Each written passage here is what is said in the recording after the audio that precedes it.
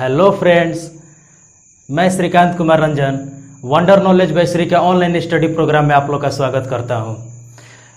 आधुनिक भारत के lecture series में मैंने 2 वीडियो अपलोड कर चुका है। तो इस वीडियो में आप लोग मैंने पुर्तगाली और डच ईस्ट इंडिया कंपनी के बारे में जो भी फैक्ट्स और कॉन्सेप्ट है उसको मैंने साझा किया है।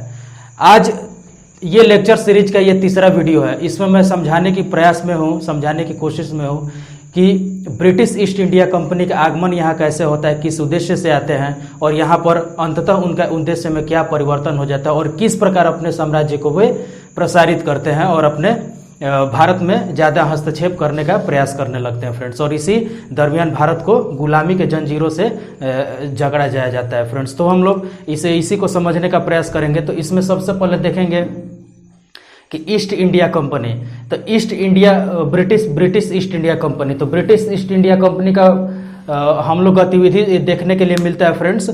हालांकि इनकी स्थापना तो बाद में 1600 ईस्वी में हुआ, लेकिन इसके स्टार्टिंग में हम लोग देखते हैं कि 1599 ईस्वी में क्या होता है फ्रेंड्स कि 1599 ईस्वी में जॉन मिल्डन नाम के एक व्यक्ति होते हैं। वे क्या करते हैं कि स्थलीय मार्ग से इनका हिम्मत देखिए तो फ्रेंड्स, स्थलीय मार्ग से यूरोप से ये भारत में एंट्री करते हैं और भारत में एंट्री करने के बाद ये गुजरात के इर्द गिर्द पहुंचते हैं। चूंकि वहां पर पहले पुर्तगालियों का वहां पर कब्जा था, तो इसीलिए पुर्तगालियों से उनका भिड़ंत सीधे होता है फ्रेंड्स। तो पुर्तगालियों के टकराहट के साथ ये निर्णय निकलता है कि ये जॉन मिल्डन जो है इनकी जीत होती है फ्रेंड्स। तो ये एकदम खुशी पूर्वक जाते हैं यूरोप में। यूरोप मीन्स ये ब्रिटेन में जाते हैं। तो ब्रिटेन में जाने के बाद ये सारा जो भी यहाँ पर घटनाक्रम होता है वे वहां पर बोलते हैं। तो ये समझाने के प्रयास में ये बोलने का प्रयास करते हैं कि वहां पर एक सिंगल हम गए और वहां पर अपना कब्जा जमाने में वहां पर जीतने का प्रयास में मैं सफल रहा हूं। तो यहां से जो एक कंपनी या यहाँ से ब्रिटेन के और वासी अगर जाएंगे वहां पर, तो ऐसा मतलब कि सफलता भारत में वहां पर मिल सकता है और व्यापारिक गतिविधियों को अंजाम दिया जा सकता है फ्रेंड्स। इसका जरूरत क्यों पड़ा था आखिर? तो उस समय देखिए यही समय है फ्रेंड्स। इसी समय में क्या हो रहा था वहां पर कि औद्योगिक क्रांति चल रहा था। औद्योगिक क्रांति के लिए फ्रेंड्स कच्चे माल की आवश्यकता होती है। कच्चे माल की आवश्यकता ताकि उद्योग धंधे में कच्चे माल का इस्तेमाल करके एक उचित दाम का प्रोडक्ट बनाया जा सके और उस प्रोडक्ट को बेचने के लिए, उस प्रोडक्ट की खपत करने के लिए एक ऐसे उपनिवेश की जरूरत थी जहां पर जो भी कच्चा माल से बना जो भी प्रोडक्ट है उसको वहां पर खपत किया जा सकता है। इसी दरमियान फ्रेंड्स क्या करते हैं ब्रिटेन कि भारत में ये अपना आगमन स्टार्ट करते हैं। तो ये 1599 ईस्वी में जॉन मिल्डन के उत्साहपूर्वक वक्तव्य के माध्यम से फ्रेंड्स ये आने का यहाँ पर ब्रिटेन वासी जो भी है यहाँ आने के लिए प्रयासरत रहते हैं। तो इसी दरमियान 1600 में क्या होता है कि फ्रेंड्स कि कुछ व्यापारी मिलकर 217 व्यापारी मिलकर 217 लोग मिलकर क्या करते हैं कि महारानी एलिजाबेथ टेलर, उनके माध्यम से क्या किया जाता है कि 15 वर्षों का चार्टर एक तैयार किया जाता है। मीन्स 15 वर्षों के लिए ये एक क्या बोले एक प्रकार का लाइसेंस या एक प्रकार का परमिशन मांगा जाता है और इसमें खुद साझेदार महारानी भी इसका एक साझेदार के रूप में वहां पर उपस्थित होती है फ्रेंड्स। तो 1600 में ये कंपनी तैयार हुआ और देखते हैं 1604 ईस्वी में फ्रेंड्स क्या होता है कि जॉन मिल्डन हॉल क्या करते हैं कि ये परमिशन के उद्देश्य से यहाँ पर आते हैं, लेकिन इनको परमिशन नहीं मिलता है फ्रेंड्स। आगे फिर देखिए 1608 ईस्वी में ये गतिविधि होती है कि कैप्टन हॉकिंस को कंपनी के एक प्रतिनिधि के रूप में भारत में भेजा जाता है। और उस समय जहांगीर का शासनकाल होता है। जिस समय फ्रेंड्स एक चीज याद रखिए, जिस समय ईस्ट इंडिया कंपनी की स्थापना हुई थी मीन्स 1500 जॉन मिल्टन यहाँ 1599 और 1600 ईस्वी में स्थापना इसकी, तो उस समय कौन था यहाँ पर फ्रेंड्स? उस समय अकबर थे। जब ईस्ट इंडिया कंपनी की स्थापना हुई थी तो यहाँ पर मुगल सम्राट कौन था? अकबर थे। ये फैक्ट्स याद रखिएगा फ्रेंड्स, ये कितना बार एग्जाम में पूछ चुका है। फिर आगे देखिए 1608 ईस्वी में कैप्टन हॉकिंस यहाँ आते हैं जहांगीर के दरबार में। ये ब्रिटिश ईस्ट इंडिया कंपनी के प्रतिनिधि के रूप में आते हैं और इनका एक मोटिव और एक ही उद्देश्य होता है कि यहाँ पर आने के बाद ये कंपनी के लिए परमिशन, कंपनी के व्यापार व्यवसाय करने के लिए ये परमिशन मांग ले। फ्रेंड्स ये जेम्स प्रथम के दूत के रूप में आते हैं। उस समय महारानी एलिजाबेथ टेलर 1 की मृत्यु हो जाती है 1603 ईस्वी में। तो 1603 ईस्वी के बाद ये 1608 में जेम्स प्रथम का दूत आता है कैप्टन हॉकिंस के रूप में जहांगीर के दरबार में। चूंकि स्टार्टिंग में फ्रेंड्स देखिए यहाँ पर जहांगीर ने तो परमिशन दे दिया, जैसे ही परमिशन दिया ये सूरत में जाकर अपना फैक्ट्री स्थापित करने का भरसक प्रयास करते हैं और स्टार्ट कर दिए थे। वहां पर पूर्णतः सफल नहीं हुए फ्रेंड्स। इस समय ये क्या किए, स्टार्ट कर दिए थे, लेकिन वहां पर चूंकि सूरत में पुर्तगालियों का वहां पर कब्जा था, तो पुर्तगाली का क्या किए कि जहांगीर के पास गए और पुर्तगाली बोले कि ये आपने अच्छा नहीं किया। तो ये जहांगीर क्या करते हैं कि इनका परमिशन और परमिट फिर से क्या करते हैं, कैंसिल कर देते हैं। और इनका जो भी मीन्स सपना होता है कि सूरत में हम अपना फैक्ट्री का स्थापना करें, तो वो सपना क्या होता है फ्रेंड्स कि अधूरा रह जाता है। ये फ्रेंड्स क्या होता है फिर कि चूंकि कैप्टन हॉकिंस ये क्या इंग्लिश के साथ साथ फारसी और ये जो भी इनके ये जो क्या बोलते हैं इनका राजकीय जो भाषा है ये तुर्की फारसी, ये जहांगीर को पता होता है। तो जहांगीर को पता होता है तो ये हॉकिंस को पता होता है फ्रेंड्स को। तो जहांगीर के समय जब वार्तालाप शुरू होता है तो उस समय ये क्या करते हैं कैप्टन हॉकिंस, तो इन्हीं के लैंग्वेज में, फारसी में, तुर्की में ये क्या करते हैं, अपना रिप्रेजेंटेशन वहां पर प्रस्तुत करते हैं, जिससे खुश होकर क्या करते हैं जहांगीर कि 400 का मनसब देते हैं, फिर कुछ जागीर देते हैं और प्लस में आगरा में बसने की अनुमति दे देते हैं फ्रेंड्स। लेकिन ये परमिशन बाद में क्या करते हैं फ्रेंड्स, जो व्यापार व्यवसाय करने का परमिशन है, परमिशन को रद्द कर देते हैं। इसीलिए फ्रेंड्स ये सूरत में फैक्ट्री का स्थापना करना ये ईस्ट इंडिया कंपनी के लिए एक सपना सा रह गया। इसीलिए आगे क्या होता है फ्रेंड्स कि देखिए 1609 ईस्वी में इसी समय क्या फ्रेंड्स जेम्स प्रथम आते हैं और ये अनिश्चित काल के लिए क्या करते हैं कि अनिश्चित काल के लिए ईस्ट इंडिया कंपनी को वहां से परमिशन दे दिया। क्योंकि यहाँ पर देखिए 15 वर्षों के लिए दिया गया था, तो 15 वर्षों के लिए दिया गया था, लेकिन बीच में महारानी एलिजाबेथ टेलर वन की मृत्यु हो गई थी, इसीलिए इसको फिर से इसको रिकंस्ट्रक्ट किया गया और अनुमति अनिश्चित काल के लिए दे दिया गया फ्रेंड्स। तो 1603 ईस्वी में एलिजाबेथ टेलर की मृत्यु हो जाती है। फिर फ्रेंड्स देखिए चूंकि सूरत में इनका व्यापारी कोठी स्थापना करने का इनका जो भी ये सपना था वो अधूरा रह गया। इसीलिए यह क्या करते हैं फ्रेंड्स कि दक्षिणी तट पर जाते हैं और 1611 ईस्वी में मसूलीपट्टनम में अपना प्रथम फैक्ट्री स्थापित करते हैं फ्रेंड्स। क्वेश्चन देखिए इसमें झुंझलाने का बात नहीं है फ्रेंड्स, आराम से देखिए। दक्षिण में अगर पूछे, दक्षिण में सबसे पहले व्यापारी कोठी की स्थापना कहाँ हुई थी, मसूलीपट्टनम 1611 ईस्वी में। लेकिन अगर क्वेश्चन ऐसा कर दे कि सर्वप्रथम फैक्ट्री लगाने का प्रयास ब्रिटिश ईस्ट इंडिया कंपनी ने कहां से स्टार्ट किया, तो वो क्या था, सूरत। लेकिन वहां पर सफल नहीं हो गए थे फ्रेंड्स, सफल नहीं हुए थे। अब चूंकि क्या होता है कि इनका उद्देश्य तो सूरत में अपना व्यापारी कोठी स्थापित करना है, लेकिन ये क्या करते हैं कि झुंझलाते हुए मसूलीपट्टनम में अपना फैक्ट्री स्थापित करते हैं फ्रेंड्स। तो ये मसूलीपट्टनम में फ्रेंड्स, मसूलीपट्टनम देखिए एक हम समझाने का प्रयास करें फ्रेंड्स, थोड़ा अलग लैंग्वेज हो सकता है। ये मसूलीपट्टनम नामक जो महिला मित्र होती है फ्रेंड्स, तो इसके यहाँ दिल दिमाग नहीं बसता है। इनका दिल दिमाग कहाँ बसा रहता है कि सूरत नाम का जो महिला मित्र है उनके साथ हम उनके साथ रहे और उनके यहाँ अपना फैक्ट्री का स्थापना करें। तो इसी परिप्रेक्ष्य में फ्रेंड्स क्या होता है कि 1612 ईस्वी में एक स्वाली का युद्ध होता है। ये स्वाली का युद्ध कहाँ होता है फ्रेंड्स, ये सूरत के जस्ट नजदीक में होता है। ये ब्रिटिश ईस्ट इंडिया कंपनी जाती है वहां पर, और स्वाली में पुर्तगाली और ब्रिटिश ईस्ट इंडिया कंपनी के बीच में टकराहट होती है, जिसमें पुर्तगालियों का पराजय होता है और ब्रिटिश ईस्ट इंडिया कंपनी वहां पर जीत जाती है फ्रेंड्स। इसी परिप्रेक्ष्य में फ्रेंड्स एक क्वेश्चन पूछता है कि वो कौन सा मीन्स शिप था जिसके माध्यम से ईस्ट इंडिया कंपनी जीत हासिल की। तो ये फ्रेंड्स भूलिएगा नहीं, ये क्वेश्चन बार बार पूछता है। रेड ड्रैगन नाम का शिप था और यह शिप इनके जीतने में अहम भूमिका निभाया था फ्रेंड्स। अब क्या होता है, चूंकि ये तो पुर्तगाली जो सूरत में अपना कब्जा जमाए बैठे थे ये तो हार गए। अब सूरत में हार गए, तो वहां पर ब्रिटिश ईस्ट इंडिया कंपनी सूरत नाम की महिला मित्र के साथ अब रहने के लिए, अब उनके साथ अपना सारा चीज फैक्ट्री वहां पर स्थापित करने के लिए अब उतारू हो जाता है। और वहां पर सूरत में क्वेश्चन ऐसे पूछेगा फ्रेंड्स, सूरत में सफलतापूर्वक फैक्ट्री की स्थापना कब हुई, तो 1613 ईस्वी में। यहाँ पर 1611 ईस्वी में सपना अधूरा रह गया था, लेकिन वही सपना कब पूरा हुआ, 1613 ईस्वी में, और सूरत में यह पहला फैक्ट्री यहाँ पर स्थापित हुआ।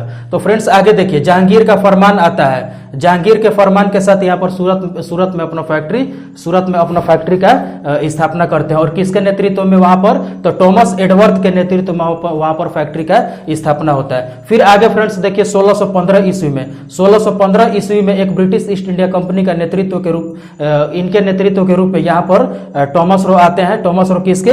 जहांगीर के दरबार में आते हैं फ्रेंड्स।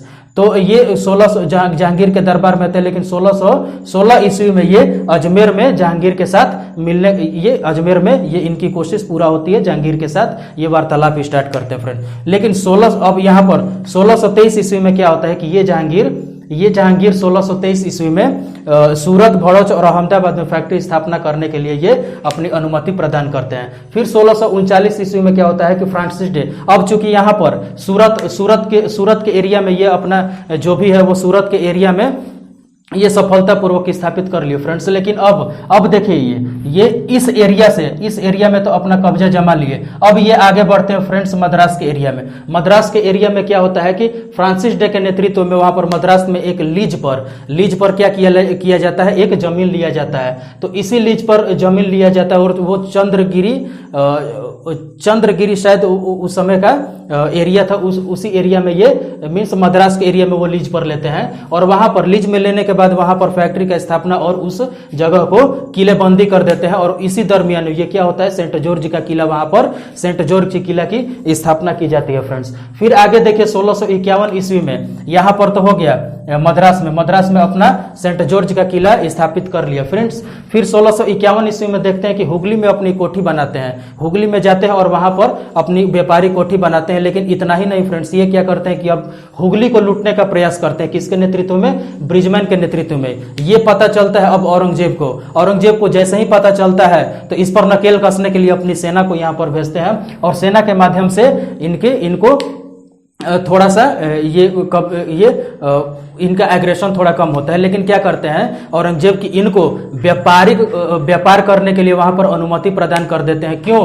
क्यों प्रदान करते हैं? क्योंकि मुगल सम्राट भी इनके माल का क्या थे, इनके माल और इनके ब्रिटिश ईस्ट इंडिया कंपनी के उत्पादन के जो भी प्रोडक्ट निकला उसका क्या थे, ये ग्राहक थे, एक प्रकार के कस्टमर थे, इसीलिए अनुमति इन्होंने प्रदान कर दी। फिर 1661 ईस्वी में फ्रेंड्स देखने के लिए मिलता है कि ब्रिटेन के राजा चार्ल्स द्वितीय और ये पुर्तगाली राजकुमारी कैथरीन ब्रेगेंजा की शादी हो जाती है। और ये पुर्तगाली लोग ही मतलब कि एक ऑफर के रूप में ब्रिटिश सम्राट के पास ये चीज रखते हैं और ब्रिटिश सम्राट मान लेते हैं और दोनों का साथ में शादी हो जाता है। इसी शादी का दरमियान फ्रेंड्स दहेज के रूप में बंबई को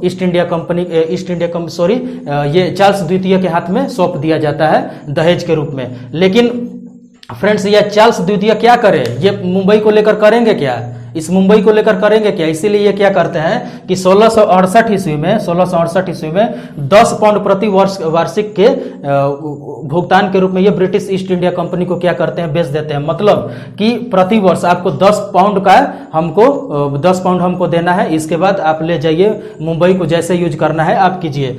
फिर क्या होता है फ्रेंड्स 1669 से 77 ईस्वी के बीच में ये गेराल्ड अंगियार के माध्यम से क्या होता है कि मुंबई में अवसंरचनात्मक गतिविधि देखने के लिए मिलता है और वहां पर मुंबई को नवनिर्माण करने के प्रयास किया जाता है। किसके माध्यम से, किसके नेतृत्व के माध्यम से? गेराल्ड अंगियार के माध्यम से फ्रेंड्स। फिर आगे देखिए 1687 में क्या किया जाता है कि पहले फ्रेंड्स ये पश्चिमी तट वाला एरिया में व्यापारिक जो भी हेडक्वार्टर था वो सूरत में था, लेकिन अब क्या हो जाता है सूरत से स्थानांतरित करके हेडक्वार्टर को बंबई में स्थापित किया जाता है और एक व्यापारिक गतिविधि के केंद्र के रूप में मुंबई उभर के सामने आता है। फिर 1688 ईस्वी में फ्रेंड्स देखते हैं कि इंग्लैंड में एक क्रांति होती है। इंग्लैंड में क्रांति होने के बाद वहां पर विलियम सेकेंड आते हैं फ्रेंड्स। विलियम सेकेंड क्या करते हैं कि चूंकि वहां पर संसद पर ज्यादा नकेल ब्रिटिश जो भी सम्राट होते हैं उनका रहता है, लेकिन ये विलियम सेकेंड आते हैं और संसद को मतलब कि मुक्त रूप से उनके गतिविधि को अंजाम दिया जाता है। इसी परिप्रेक्ष्य में फ्रेंड्स बोला जाता है कि चूंकि वहां पर तो ब्रिटिश ईस्ट इंडिया कंपनी का एक अधिकार था यहाँ पर व्यापार व्यवसाय करने के लिए, लेकिन संसद में बात उठा कि अन्य कंपनी भी क्यों नहीं भारत में जाकर व्यापार व्यवसाय कर सकती है। तो इसी परिप्रेक्ष्य में फ्रेंड्स जनरल सोसाइटी और English company trading the east, इन दोनों कंपनियों को इजाजत दिया जाता है भारत में व्यापार व्यवसाय करने के लिए और ये कंपनियां भारत में आती है। लेकिन फ्रेंड्स आगे क्या होता है कि इन दोनों कंपनियों को एक में सम्मिलित कर दिया जाता है और उस समय जो उस समय जो ब्रिटेन की जो कंपनी थी उसको और इन दोनों को मिलाकर governor and company of merchants London trading into East Indies के नाम से ब्रिटिश ईस्ट इंडिया कंपनी की क्या की जाती है, स्थापना की जाती है। इससे पहले फ्रेंड्स देखिए, इससे पहले हम लोग पढ़ते हैं ब्रिटिश ईस्ट इंडिया कंपनी, लेकिन ये ब्रिटिश ईस्ट इंडिया कंपनी नामक कंपनी की स्थापना कब हुई? 1688 के बाद। इससे पहले ब्रिटेन की ये एक कंपनी मात्र ही थी, और लेकिन यहां से ब्रिटिश ईस्ट इंडिया कंपनी के नाम से ये पुकारा जाता है। कब? 1688 के बाद। क्यों? क्योंकि जनरल सोसाइटी और English company trading the east का मिश्रण कर दिया था किसमें? Governor and company of merchant London trading into East Indies में इसको समावेशन कर दिया गया फ्रेंड्स। यहां से east India company, British east India company के नाम से ये सामने आई। फिर आगे देखेंगे फ्रेंड्स 1690। अब देखिए यहां सूरत में भी हो गया, मुंबई में भी इनका कब्जा हो गया, मद्रास में भी कब्जा हो गया, इधर हुगली में भी कब्जा हो गया। अब बचा बंगाल। बंगाल में क्या होता है फ्रेंड्स कि बंगाल के शासक 1690 ईस्वी में कौन होते हैं? Ibrahim Khan. Ibrahim Khan British east India company को न्योता देते हैं कि यहां पर आकर अपना व्यापार व्यवसाय आप कर सकते हैं। इसी परिप्रेक्ष्य में क्या करती है ब्रिटिश ईस्ट इंडिया कंपनी की वहां पर जाती है और व्यापार व्यवसाय करने के साथ साथ फ्रेंड्स ये किलेबंदी भी करना शुरू कर देती है, दुर्गीकरण, उस एरिया को दुर्गीकृत करना शुरू कर देती है। इसी परिप्रेक्ष्य में आगे वहां के एक सूबेदार होते हैं, वर्धमान के सूबेदार शोभा सिंह। तो शोभा सिंह के नेतृत्व में friends British east India company के विरुद्ध में शोभा सिंह क्या करते हैं? विद्रोह कर देते हैं। लेकिन विद्रोह को क्या किया जाता है? दबा दिया जाता है फ्रेंड्स। उतना बड़ा बड़ा शासक कुछ नहीं कर पाए, तो ये बेचारे, ये वर्धमान के सूबेदार थे ये शोभा सिंह, ये क्या कर पाते हैं अकेले? तो ये कुछ नहीं कर पाए फ्रेंड्स, इनको विद्रोह को दबा दिया गया। फिर अगला शासक के रूप में वहां पर बंगाल के अगला शासक के रूप में अजीमुशान आते हैं। अजीमुशान क्या करते हैं फ्रेंड्स कि उस एरिया में दीवानी का अधिकार, दीवानी वसूलने का अधिकार ब्रिटिश ईस्ट इंडिया कंपनी को प्रदान कर देते हैं 1200 रुपये देकर। बोलते क्या? 1200 रुपया आपको हमको दे दीजिएगा और इसके बाद वहां पर बंगाल में आप दीवानी वसूल सकते हैं 1200 रुपया के एवज में। फिर कौन किस एरिया का दीवानी? तो कालीकत, गोविंदपुर और सुतानाती, इन तीनों एरिया का दीवानी वसूलने का अधिकार अब ब्रिटिश ईस्ट इंडिया कंपनी को मिल गया। आगे फ्रेंड्स देखते हैं कि यही तीनों को मिलाकर कलकत्ता नाम का एक शहर बनता है। किसके नेतृत्व में? तो इसका बोला जाता है फ्रेंड्स, कलकत्ता का संस्थापक कौन है? तो चौरनाक। तो चौरनाक के द्वारा इस तीनों एरिया को संगठित किया जाता है और कलकत्ता नामक जगह का स्थापना किया जाता है। फिर फ्रेंड्स देखिए, इतना ही नहीं, यहाँ पर तो दीवानी तो वसूलने का ये मिल ही गया, परमिशन मिल ही गया। साथ ही साथ ये फ्रेंड्स क्या करते हैं कि उस एरिया को सुरक्षित करने के लिए एक किले का निर्माण करते हैं, जिस किले का नाम क्या था? Fort William. यही फोर्ट विलियम किले का निर्माण करते हैं और इसके प्रथम प्रेसिडेंट के रूप में चार्ल्स आयर को नियुक्त किया जाता है फ्रेंड्स। फिर आगे देखते हैं 1717 ईस्वी में। 1717 ईस्वी में क्या होता है कि फर्रुखसियर, चूंकि 1707 ईस्वी में औरंगजेब की मृत्यु हो जाती है, और देखते हैं फ्रेंड्स कि अगले आने वाले 52 वर्षों में 8 शासक चेंज होते हैं, 8 शासक मुगल सम्राट बनते हैं। तो ये क्या नजर आता है फ्रेंड्स? इसका मतलब यही है, इसका अर्थ यही निकलता है कि औरंगजेब के बाद जो भी सम्राट आए वो क्या थे? एकदम ये क्या थे? मीन्स उनका जो भी मजबूती था वो धीरे धीरे खत्म हो गया, मीन्स वो पतन के कगार पर, पतनशील अवस्था में चलते गए। तो इसी परिप्रेक्ष्य 1717 ईस्वी में फर्रुखसियर आते हैं फ्रेंड्स। चूंकि ये फर्रुखसियर क्या होते हैं फ्रेंड्स कि बीमार होते हैं, तो फर्रुखसियर बीमार होते हैं तो ब्रिटिश ईस्ट इंडिया के यहाँ पर उनका अच्छे से ये क्या हो रहा था, मतलब कि इनके स्वास्थ्य का अच्छे से उपचार नहीं हो रहा था फ्रेंड्स। तो इसी परिप्रेक्ष्य में देखते हैं कि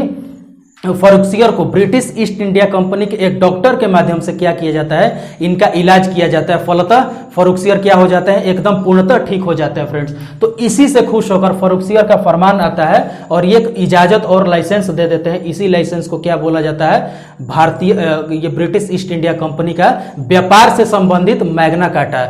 मैग्ना कार्टा मीन्स फ्रेंड्स महाधिकार पत्र इसको बोला जाता है कि अब हमको तो अधिकार मिलेगा, अब हम कहीं जाकर व्यापार व्यवसाय कर सकते हैं। तो इसमें फरमान में मैग्ना कार्टा में क्या क्या बोला जाता है? तो ये 3 पॉइंट आपके सामने है। इसमें फर्रुखसियर बोले कि आप बंगाल में मुक्त व्यापार कर सकते हैं और मुक्त व्यापार के माध्यम से आपको कोई भी सरचार्ज या कोई भी शुल्क नहीं लगेगा, कोई भी टैक्स नहीं लगेगा, आप जितना मर्जी उतना व्यापार व्यवसाय कर लीजिए।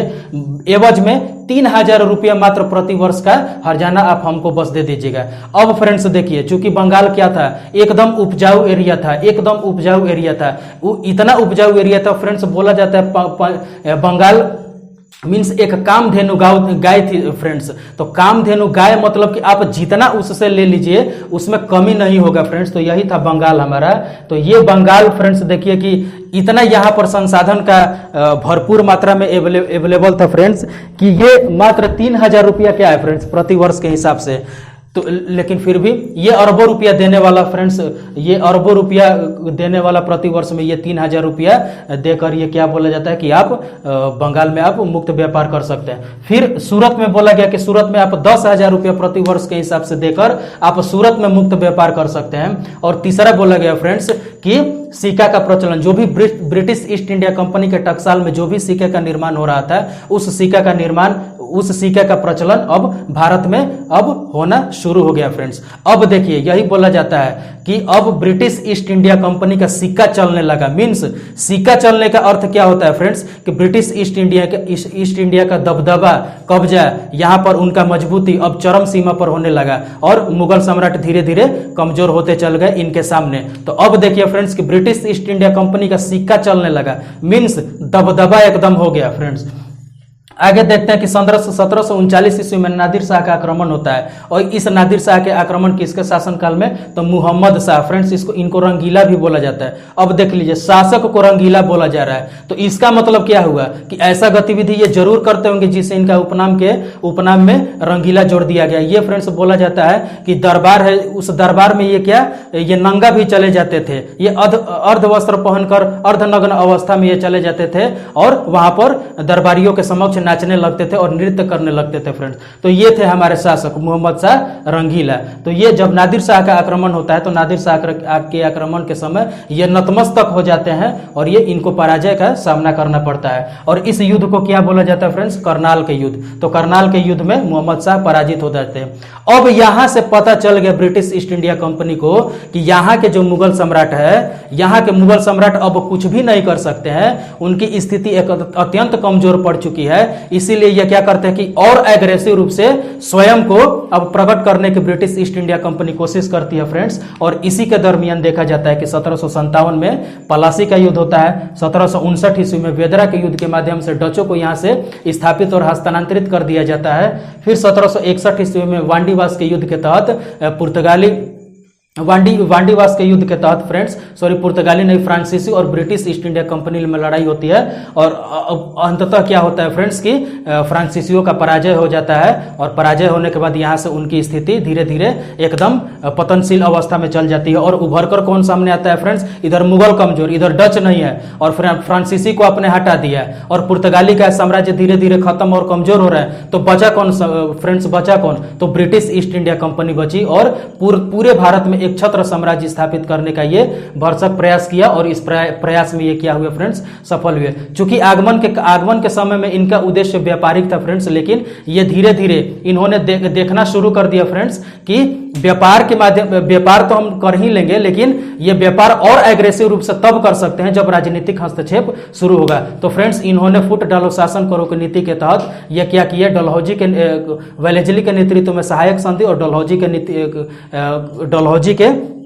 नीति, व्यापकता की नीति के माध्यम से यह क्या हुआ कि ये अपने सारे भारतीय साम्राज्य को अपने छत्र में ढालने का और समावेशित करने का ये प्रयास करने में ये सफल हुए। अंततः भारत क्या हुआ फ्रेंड्स, गुलामी के जंजीरों से जकड़ा रहा और जो सोने की चिड़िया पहले कहलाती थी अब सोने की चिड़िया का पर टूट चुका था फ्रेंड्स और ये कुछ भी नहीं कर सकता था। इस प्रकार देखिए कि क्या होता है, सूरत, मुंबई, मद्रास, हुगली और बंगाल, ये तीनों मेन प्रांत फ्रेंड्स, ये तीनों प्रांत में क्या होता है, ब्रिटिश ईस्ट इंडिया कंपनी का दबदबा और यहां पर इनका वर्चस्व कायम हो जाता है। तो आप लोग को उम्मीद है कि फ्रेंड्स ये पूरा आप लोग को सिस्टम समझ में आ गया होगा। आप लोग फ्रेंड्स परेशान होने की बात नहीं है, इतना हमको रेडी करने में फ्रेंड्स 2 से 3 दिन का समय लगा है और ये रेडी किए हैं बस आप लोग के लिए फ्रेंड्स कि आप लोग को ज्यादा प्रयास करने का, ज्यादा मीन्स मेहनत करने का आपको जरूरत न पड़े। इसलिए हम खुद मेहनत करते हैं, रात दिन एक करके आपको मेहनत कर। फ्रेंड्स देखिए ये हम 1 बजे अभी शूटिंग कर रहे हैं, 1 बजे ये वीडियो बना रहे हैं। तो किसके लिए, बस आप ही लोग के लिए ये बना रहे हैं। बस आप लोग ये इस वीडियो सीरीज में बस आप लोग डटे रहिए और मेरा जो भी कोशिश है उस कोशिश को आप लोग साकार करने का भरसक प्रयास करें। फ्रेंड्स, अच्छा लगे तो इस वीडियो को सब्सक्राइब और बेल आइकन को एकदम अच्छे से क्लिक कीजिए ताकि ससमय नोटिफिकेशन जो भी हो आपके मोबाइल पर अवेलेबल हो सके। अगले सीरीज में मैं आपको फ्रांसीसियों के बारे में, फ्रांसीसी से संबंधित एक वीडियो लेकर आऊंगा फ्रेंड्स। इसके बाद हम लोग देखेंगे क्या कि प्लासी का युद्ध कैसे होता है, उसमें क्या क्या परिस्थितियां अवेलेबल थी, और फिर हम 1764 ईस्वी में हुए बक्सर के युद्ध में कौन कौन सी परिस्थितियां विद्यमान थी उस समय, क्यों ये बक्सर का युद्ध का सामना करना पड़ा फ्रेंड्स, उसके बारे में हम आपको डिटेल से एकदम साझा करेंगे।